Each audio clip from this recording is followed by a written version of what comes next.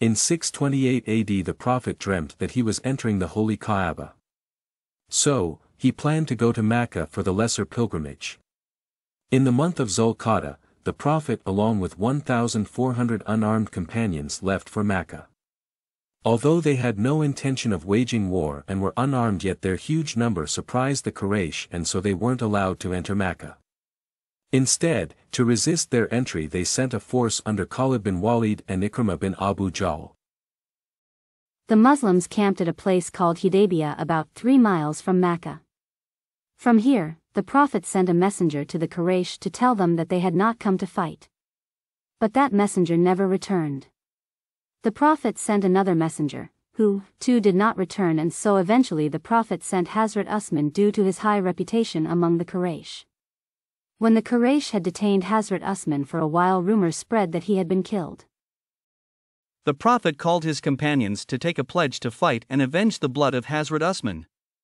This was known as Bayt-ir-Rizwan.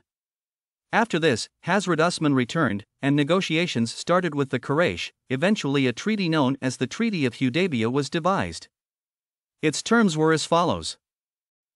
The Muslims would not enter Mecca this year, but would return the following year. Meccans taking refuge in Medina would be handed back, but Medanites taking refuge in Mecca would not be returned. There will be no war for 10 years. Both Meccans and Muslims would stay neutral. If there was a war with another group, agreements could be made with other tribes.